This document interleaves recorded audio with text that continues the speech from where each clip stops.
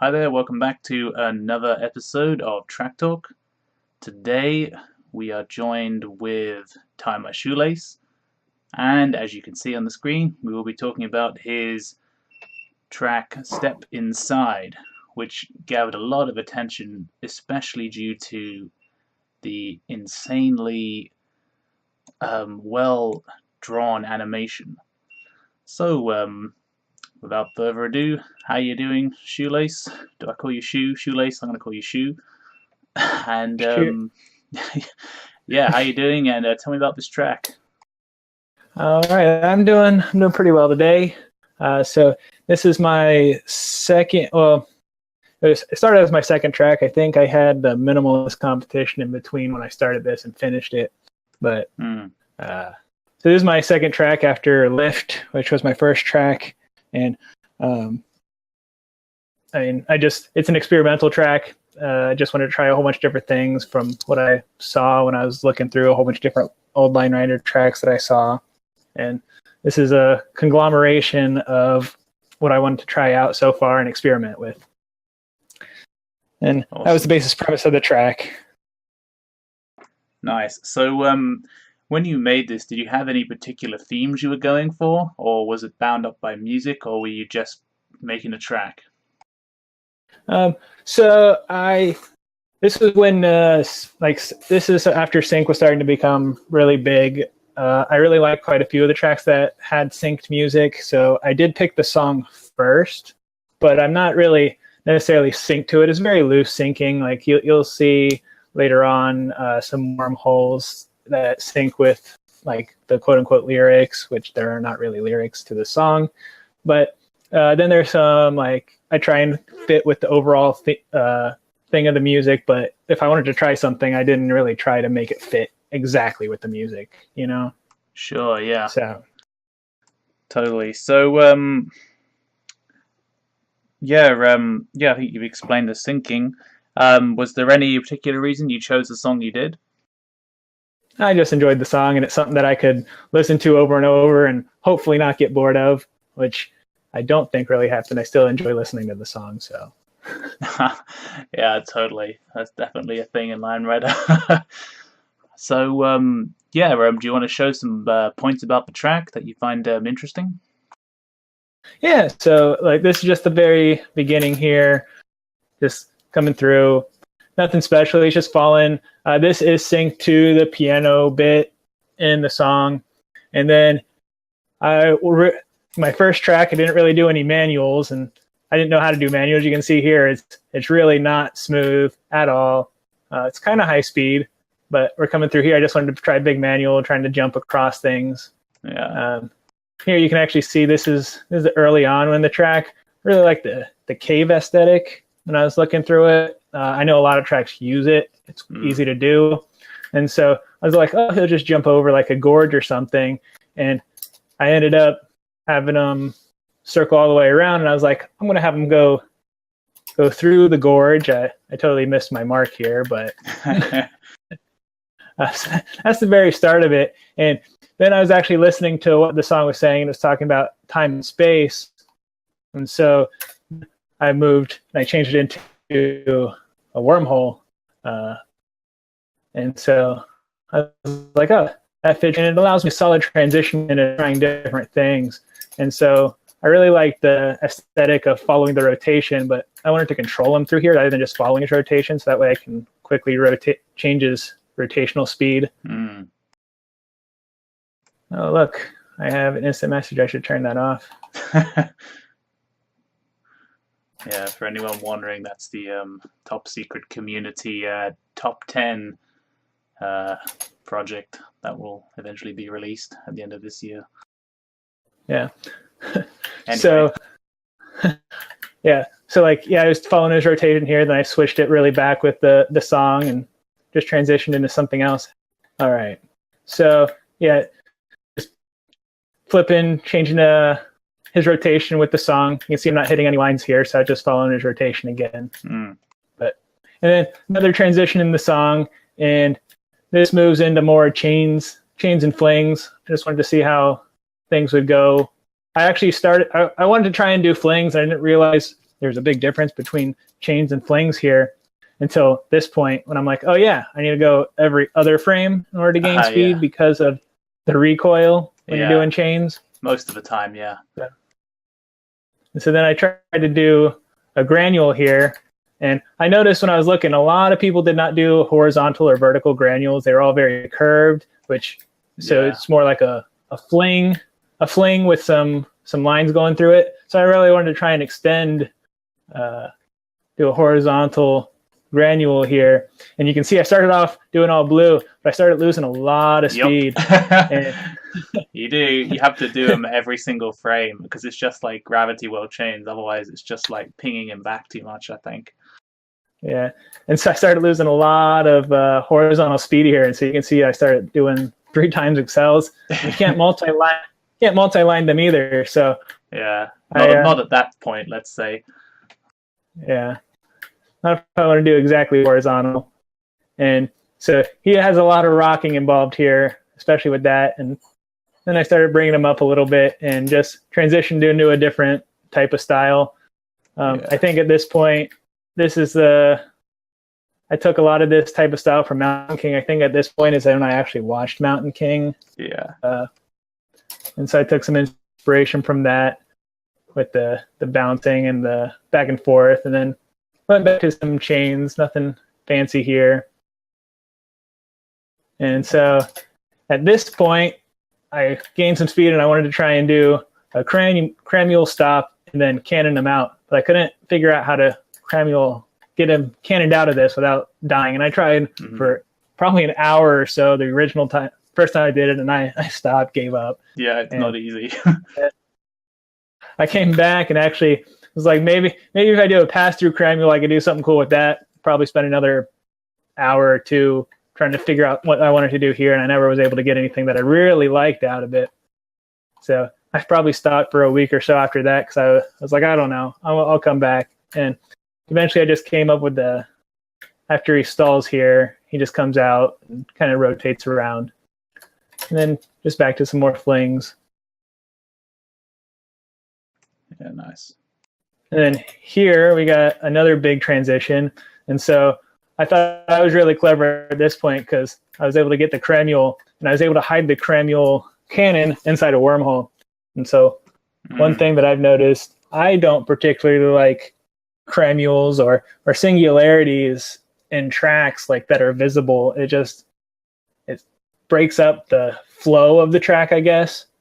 They can be quite visually jarring, but I guess it depends. Like, obviously for your track, it was imperative for you to cover them up.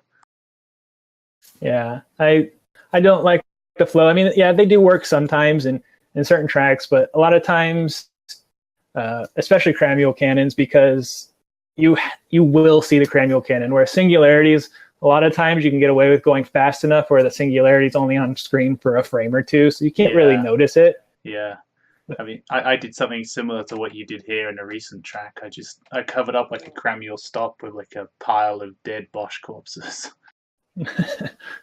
Yeah.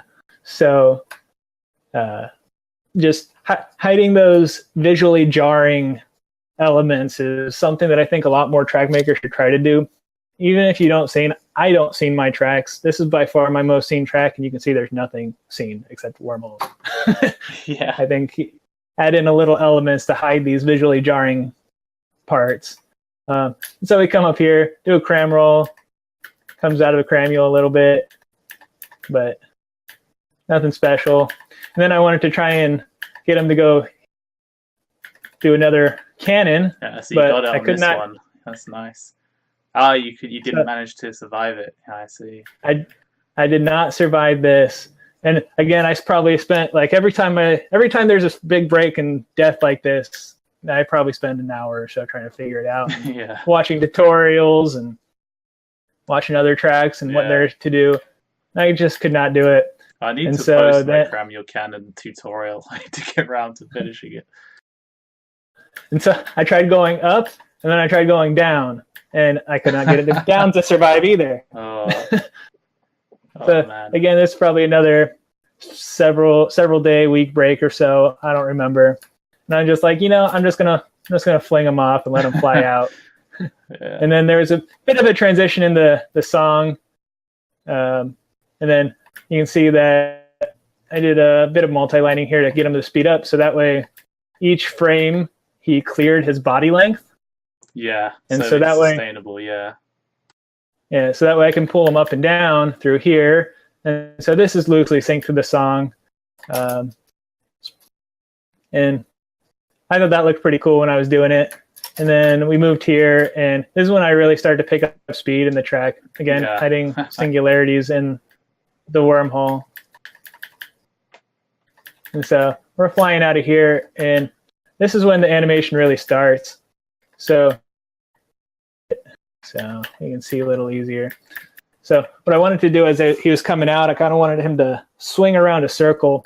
What I didn't realize at the time was that I wasn't going quite fast enough to clear each frame without having like me being zoomed in a whole bunch. Yeah. Okay. Yeah, you can see over on the left side, you can see that circle, and in the video you can see it. Yeah. So the circle comes around here, and so. Yeah, it still looks damn good though. Yeah, and so the way I did this, all my octagons are the exact same. So I use this program called GlovePie. It's an input emulator. There's different types of macros and keystroke emulators that you can use. I prefer this one because I've used it before, and so I was familiar with it. You can see my scripting here is really ugly. It gets better as I learn more things. Well, but for those of us who are not familiar with scripting, it looks pretty damn complicated and insane. But okay. So basically what this does is it takes the mouse cursor and puts it at a pixel area. And so variable X, variable Y are dependent on wherever I wanted to start my cursor at. So for these octagons, I think I started, I can't remember exactly. It's been so long. I think I started like right where his shoulder was, and I measured down X number of pixels and across X number of pixels, or I can't remember. How do you measure the pixels? I have a program somewhere that will tell me my pixel location. So I would just put my mouse here, mouse here, then calculate the difference, and so I could figure out what my variables were. And so then no matter where he was on screen, I would be able to put the line where it was, because this was before the select tool was created, so I couldn't just go and select all this. I couldn't be like, oh, look, let me just move this around. This would have been really nice. Yeah. I can't even use the select tool properly. But long before the select tool, I had to calculate everything individually to make sure that he was still touching the lines. And then I used gravity wells to assist his rotation placement through here. And then I was losing way too much speed to keep this going, so I'm like, I'll slow it down. He's taking 2 frames per rotation instead of 1. And then I started shrinking it here.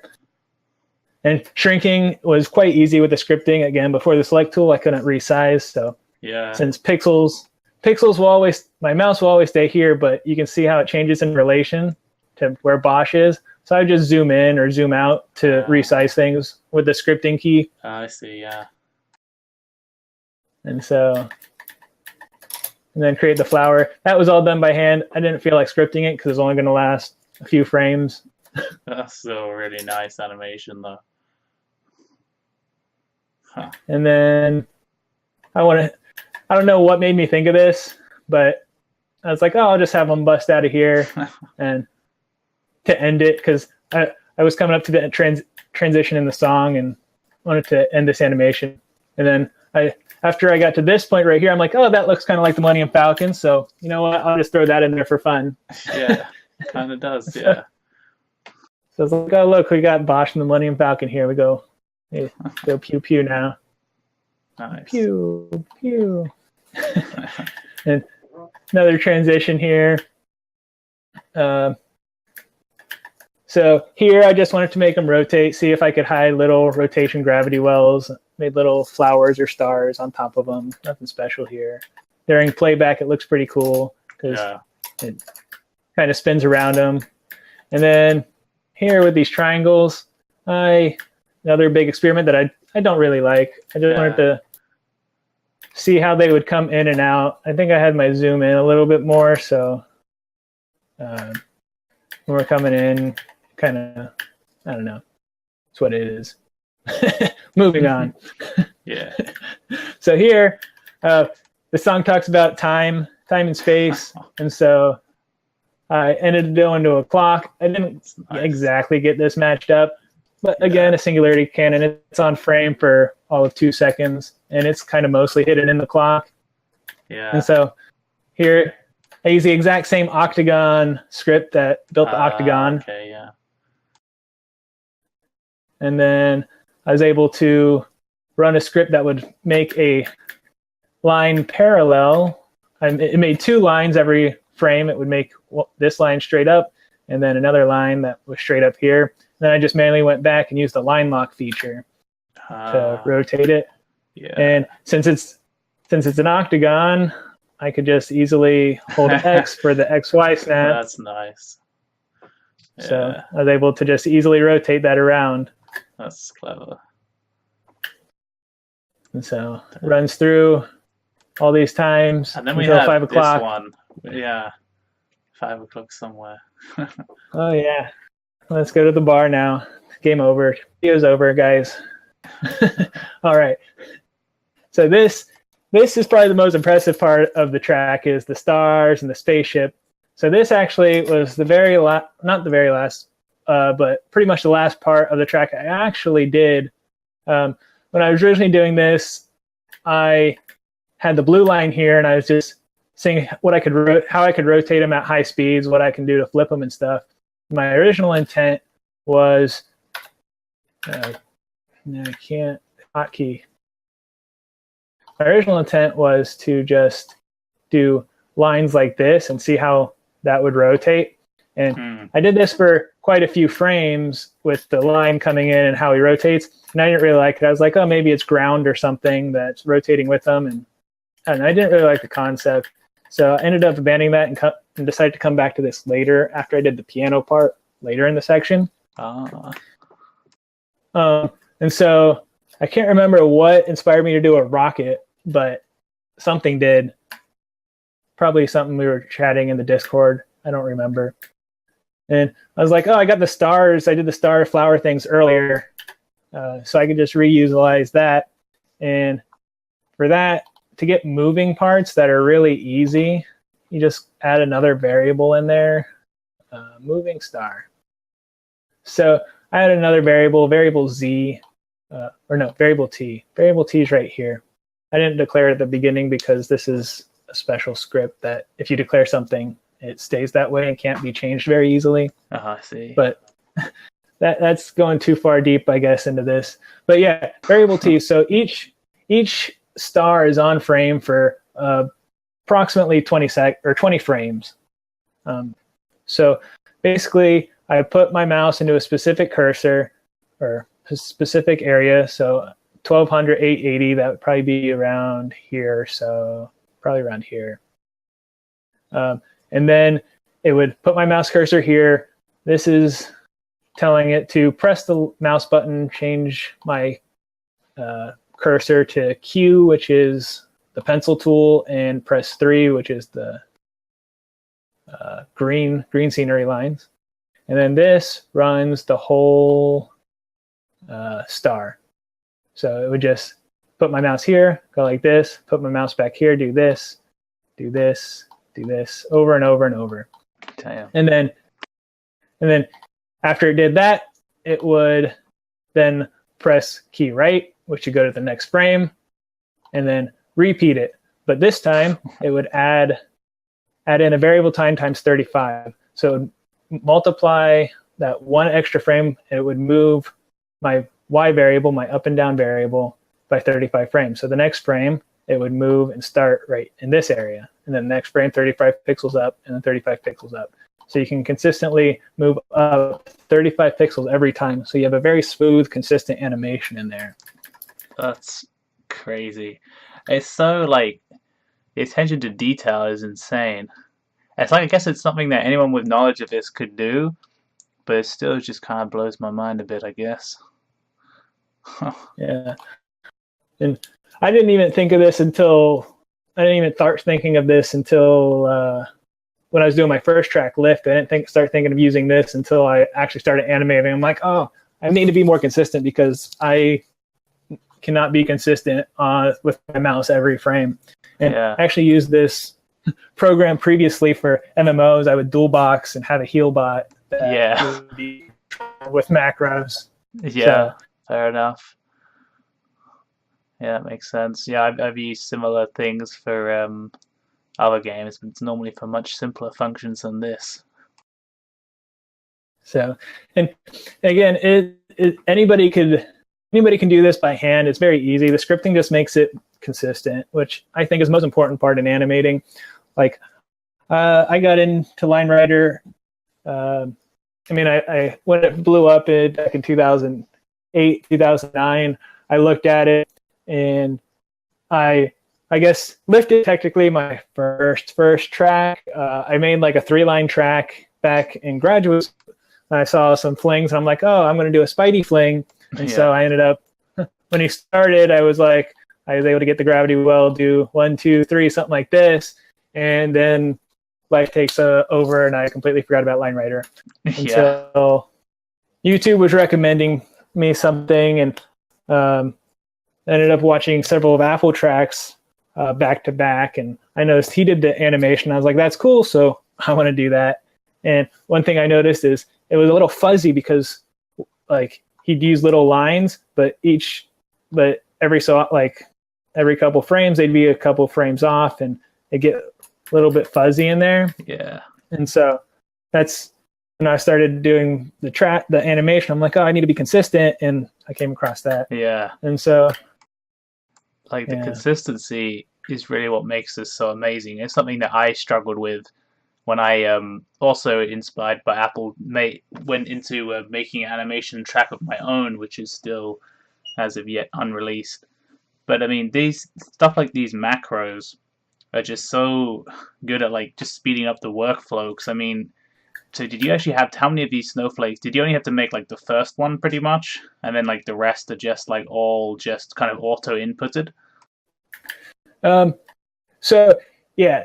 So what would happen here? Let's run this really quick. So we'd come here, and so I'd pick where my snowflake would start somewhere here. So I'd always start with my variable y at 880, which is somewhere around here in the pixel range. And then I would change my variable x depending on where I wanted the star to start from. And so I'd run it, and so you just see it would run that. And so now if I go back, you can see that it starts there and goes up. So what I do, I'd run that, and then I'd go back and figure out where I wanted the stars to be. I'd kind of randomly distribute it, make sure that the density wasn't too big, they weren't overlapping. Mm. And so then depending on like the zoom level, so that was our new star. So let's zoom out some, and then I'll play it again. So the exact same place, but since I'm zoomed out some, the star is bigger and slightly further away. It looks like it moves relatively faster, but it's on the screen for the same exact number of frames. Huh. That's awesome. And so that's how I would change it. I would change my line thickness too. I don't know if I did really for these stars. I like the thinner look for the stars. Mm. Same thing with this very sad attempt at a planet. I was trying to make these into craters or something. It kind of looks like a moon, I guess. Yeah, if you really squint your eyes. And so I made this. I was not happy with it, but I put it in the track anyway. I left it in the track. I wasn't going to do it because I spent a lot of time trying to hide the star behind it. So there's like some 3D effect there. You can see. Yeah. I had to go erase that. Another thing with the auto input is occasionally it would miss lines like this, but usually it only miss lines like one frame in a row. So when you're watching during playback, you probably would not catch on to that. Oh yeah, kind of looks like it winks at you. Yeah. So after this segment, I think we had this is the piano section is next. Not quite. So then he falls and he does this line segment. Oh yeah, I really like this one actually. I remember this. Yeah. And so again, I actually originally had him just bouncing around. I just each gravity well, I'm like, I'm gonna hit a different contact point like every time and see what happens. I don't really. I just like I'm again. It's an experimental track. I just seen how things affected different strengths, and most of these gravity wells are as powerful as I could make them before he died. Right. So I'd use the life lock function and just see how I could position things and see their effect on him when he's going at high speed. And so I just added this in later. And again, this was super easy. I zoomed out like this far, and I'd start my pixel here, and then I'd have it just draw and add. I don't know. We can probably pull up the script. Lines probably. So you can see I have a lot more variables in here because there's actually quite a bit more involved with this animation than the stars. Yeah. Even though the stars look a lot better than this is a bit more complicated because of the angles. So you can see I come down here. I need to do cosines, cosine, sine. You can see this is the angle that I want the line to travel at. Variable x and y was where I wanted to start. Variable t again is time, how many frames it takes for it to draw from one side to the other. Variable r, I don't know. I think that's the speed at which it draws, maybe how many pixels it draws. So like right now it's 41, so it draw 41. And so, because what I had to do is I had to pick this point, and I was like, okay, I didn't want it to ever intersect Bosch. Right. And so I'd come up to my screen with a protractor, pick this point, figure out the angle I wanted, then calculate how many frames I wanted to draw the line, probably 20 or so. I think I stuck with like 20 frames. Calculate the distance to here, figure out so got the angle, figured out the speed I needed it to draw, and then have to plug in all those variables. So each line took quite a bit of time to get going. Some of these lines that are like way over here that definitely will not intersect Bosch, those are much easier. I just picked this point and I'm like, okay, my angle at 280 here is definitely not going to intersect Bosch because it's going away from them. So I can more easily throw those variables, but these close ones, I definitely had to come in and calculate that. And so I think I added a new frame every 5 lines. So there's just a whole bunch of stuff going on here, drawn from all different directions. Super cool effect. Yeah. And then at this point, I started I did quite a few more lines after this, but I realized I was losing speed again, and the lines were starting to encroach. So I had to erase quite a few. I had to erase quite a few lines, and I had to zoom in so that way you couldn't really see what was going on. And so in order to hide that, let's go back. Yeah, so you can see it starting to encroach here. What I did, I started making this circle coming in and zooming in. You can see it's not exactly the smoothest circle because I'm using 3 thickness lines here. And I'm also not using 360 degrees. I think I'm only using like 120 degrees. So there's only 1/3 of the number of lines you can make for a circle. Yeah. So that's why it gets a little bumpy in there. I could have done 360. It's not an issue. It would have added hugely up the line count and probably made things smoother, but I didn't feel like wasting the time to do that because it would take 3 times longer to run the script because it's 3 times as many lines. Then it was also convenient to hide this singularities. And so here is the big piano, my finale. I actually wanted to come here first to show this off. And so this is before copy paste. So when I originally did this, I had to script out this blue line here, because if he's not being pulled or touched in any way, he kind of just starts rotating. Bosch likes to rotate. And so it's almost impossible to get him to stay in a static state. Yeah. So what I had to continually do was, since I was still moving downwards, I had a whole bunch of downward momentum. Oh, yeah. So I was able to just barely move this line to touch him, so that way it would keep him pushing up. So you can see, since he's going down, he's like bent down like this. And eventually he actually, you can see how it's kind of shifting up there. So you very slowly counter him, yeah. Yeah. And so I had to run a script on this line. So since the camera stays in the exact same place, I was able to just run a blue line 90 degrees across, and it was able to force him in every single time. There's actually one line in here that he does not touch, which isn't really an issue during playback, but yeah. You can see right there he doesn't actually touch it, but it's still in the same place as all these other lines relative to the camera. Yeah, it's fine. And then I drew out the piano. I spent a bit of time drawing out my first piano. Then I was just able to calculate, put my mouse cursor here. Okay, that is at X point, X and Y point.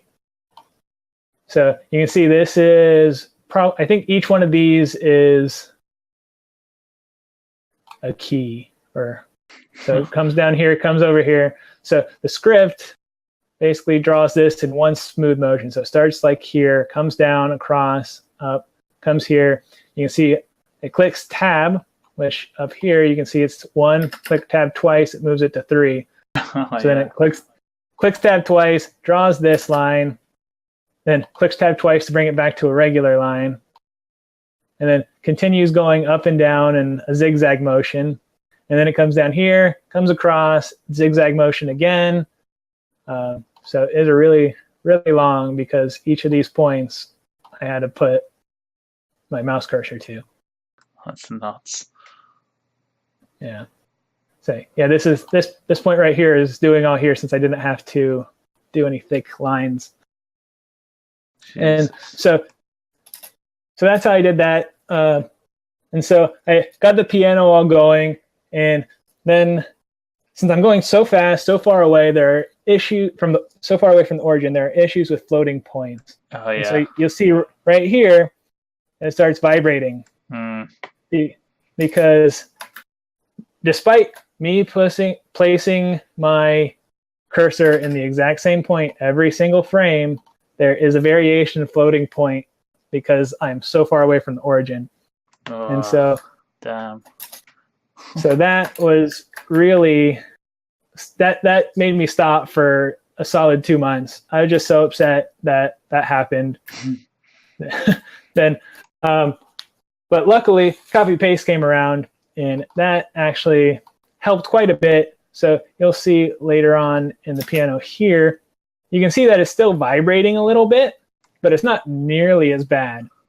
Yeah. Because I copy paste. I don't know why copy paste. Obviously, it doesn't use pixels. It uses a lot more precise math for floating point than pixels.